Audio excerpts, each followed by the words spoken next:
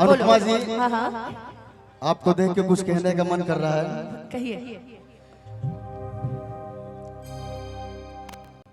भाई लोग की तरफ से कुछ कहल चाहते नहीं कि हो तो सोचो में सोनर बाड़ू तुए कि बड़ी धन भाग बन भइलु कनिया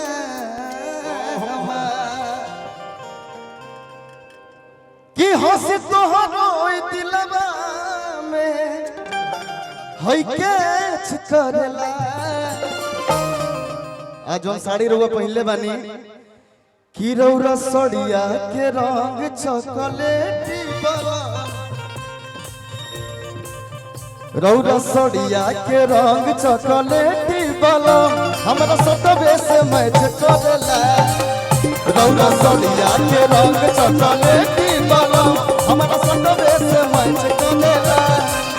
हम तो साँचों में सोनर बाड़ू तू ये यार बड़ी धन भाग बानी भइलु कनिया हमार। हम तो साँचों में सोनर बाड़ू तू ये यार बड़ी धन भाग बानी भइलु कनिया हमार। हंस तोहरो दिलवा में कैच करला। लेकिन मैंने सुना है अनुपमा जी आप डांस भी बड़ा बढ़िया करती हैं। जितना लोग सामने बैठल बा ई लोग के तरफ से कहत नहीं, मान लिया हमने कहता पावर स्टार टीम के चेला ही हंस तोहरो दिलवा में कैच करला। अब मैं कुछ नहीं पूछूंगा, इतना पूछूंगा हमारे पवन भैया को कितने चाहने वाले लोग हैं, जना हाथ खड़े करके बताएंगे। हमारे पावर स्टार जी को जो चाहने वाले जरा चारों तरफ से हाथ खड़ा करेंगे और ताली बजा के कहिए लोग कि तोहरा सड़िया के रंग चॉकलेटी बोलो हमारा सटवे से मैच करे। हमारा सड़िया के रंग चॉकलेटी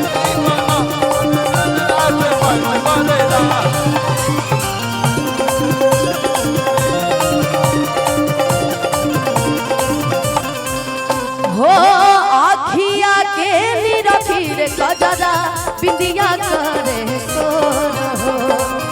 आखिया के निरखीर कजरा बिंदिया करे सोर हो। कहलिया के तुमे कनवलिया का छतिया मोर हो। कहलिया के तुमे कनवलिया का छतिया मोर हो।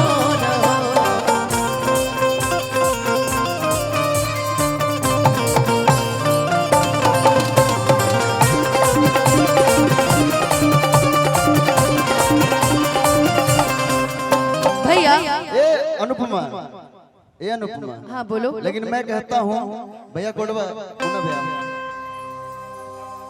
कि ना जान पुने कमान हम कईने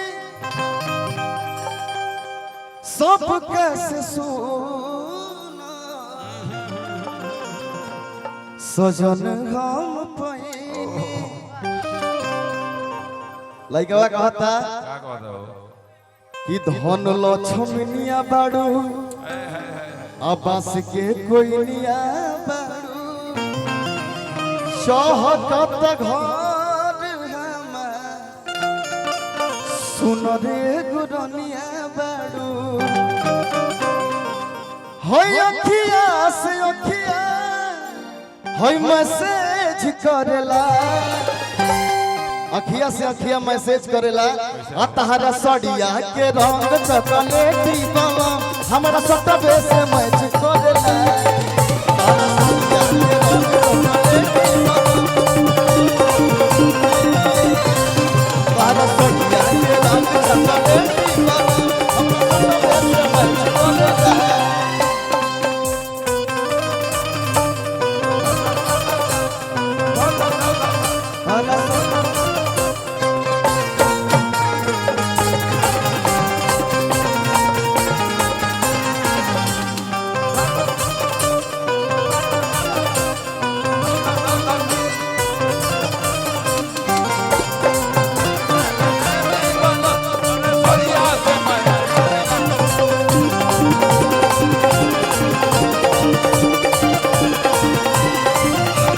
भैया मेरा स्केल लगा दीजिए, शार्प लगा दीजिए। और कुछ ट्रेंडिंग सॉन्ग भी हो जाए जो मैंने अभी हाल फिलहाल में गाए थे।